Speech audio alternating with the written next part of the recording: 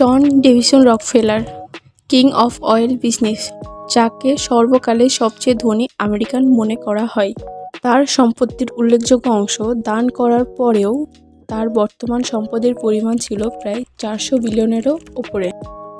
1839 সালে 8ই জুলাই তার জন্ম হয় নিউ ইয়র্কের ছোট্ট একটা কৃষক পরিবারে। তার বাবা উইলিয়াম রকফেলার এসার ছিলেন একজন কন আর্টিস্ট, যাকে সোজা বাংলায় প্রতারক বলা হয়। উইলিয়াম বিভিন্ন শহরে গিয়ে তার নাম পাল্টে ফেক মেডিসিন বিক্রি করত। ছোটবেলা থেকে বাবার অনুপস্থিতিতে জন তার মাকে সাহায্য করার জন্য কৃষিকাজ করত। জন মাত্র 16 বছর বয়সে পড়াশোনা ছেড়ে দেন এবং এই সময় হিসাবরক্ষক হিসেবে তার প্রথম চাকরি শুরু করেন, যেখানে তিনি দিনে 50 সেন্ট আয় করতেন। বেতন না বাড়ার কারণে তিনি সেখানে 2 বছর কাজ করার পর নিজের প্রডিউস বিজনেস শুরু করার সিদ্ধান্ত নেন। তার লক্ষ্য ছিল $1 লক্ষ ইনকাম করার। এর জন্য রকফেলারের প্রথম চাকরিটি তাকে অনেক অভিজ্ঞতা, কানেকশনস এবং খ্যাতি দিয়েছিল, যা দিয়ে সে মাছ, খড় ও শস্য বিক্রি করার ব্যবসা শুরু করেন। ব্যবসা শুরুর প্রথম বছরে এসে প্রায় $5 লক্ষ ইনকাম করেছিল। কিন্তু রকফেলার সবটা নিজের কাছে রাখেনি, বরং অর্থের একটা বড় অংশ সে ব্যবসায়ী খরচ এবং ঋণ দেয়। এতে তার কাছে অনেক অর্থ জমা হতে থাকে এবং যখন কোনো বড় অপরচুনিটি আসে তখন সেই অর্থটি সে বিনিয়োগ করে, এবং সেই বড় অপরচুনিটি হলো তেল।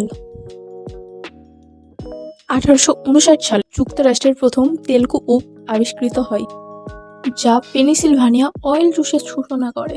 রকফেলার খেয়াল করলেন, যেখানে বেশিরভাগ লোক তেল খনন করে ধনী হওয়ার চেষ্টা করছিলেন, সেখানে সবচেয়ে লাভ ছিল তেল পরিশোধনাগারে। তাই মাত্র 24 বছর বয়সে তিনি তার প্রথম ব্যবসার অর্থ দিয়ে অয়েল রিফাইনারি নির্মাণ করেন। একটা সময় তিনি হেনরি ফ্লাগনার নামক একটি ব্যক্তির সাথে পরিচিত হন। ফ্লাগনার রকফেলারের ব্যবসায় টাকা বিনিয়োগ করতে আগ্রহী ছিলেন। তারা একসাথে স্ট্যান্ডার্ড অয়েল কোম্পানি শুরু করেন এবং তাদের আশেপাশে যতগুলো ছোট অয়েল রিফাইনারি ছিল সেগুলো তারা কিনে নিতে শুরু করেন।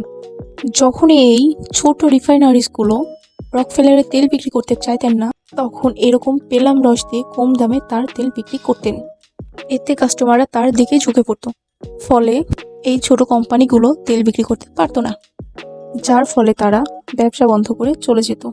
এই ধরনের কৌশলগুলো স্ট্যান্ডার্ড অয়েল কোম্পানিকে পুরো দেশ সম্প্রসারণ করতে সাহায্য করে। তারা যত বড় হয়ে উঠল, ততই তাদের ক্ষমতা বেড়ে উঠল। রকফেলার কিছু সন্দেহজনক গোপন চুক্তির জন্যও বিখ্যাত ছিলেন। তার এইসব কারণ একত্রিত হওয়ার ফলে 1870-এর দশকে বিশ্বের অয়েল রিফাইনারিজ 90% অধিকার করে নেন।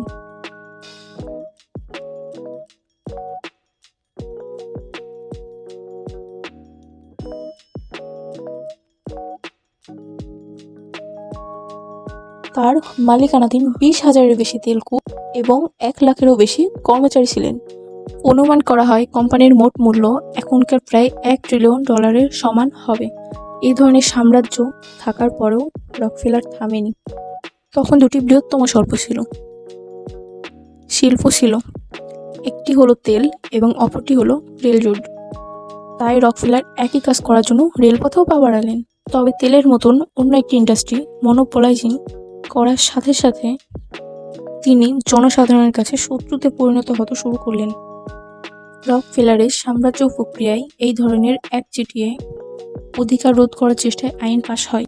বিশেষ করে শেরম্যান এন্টিট্রাস্ট আইনটি পাশ হয়, যা স্ট্যান্ডার্ড অয়েল কোম্পানিকে বিভিন্ন ধরনের সহযোগী সংস্থায় বিভক্ত করার দিকে নিয়ে যায়।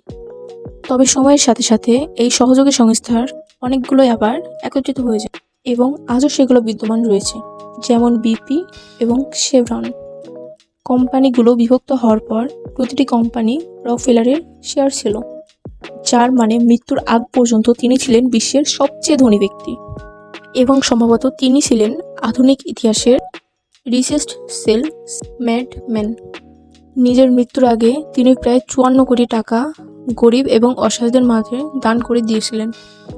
কিন্তু অন্যদিকে রকফেলার ছিলেন একজন লোভী এবং নিষ্ঠুর প্রকৃতির মানুষ।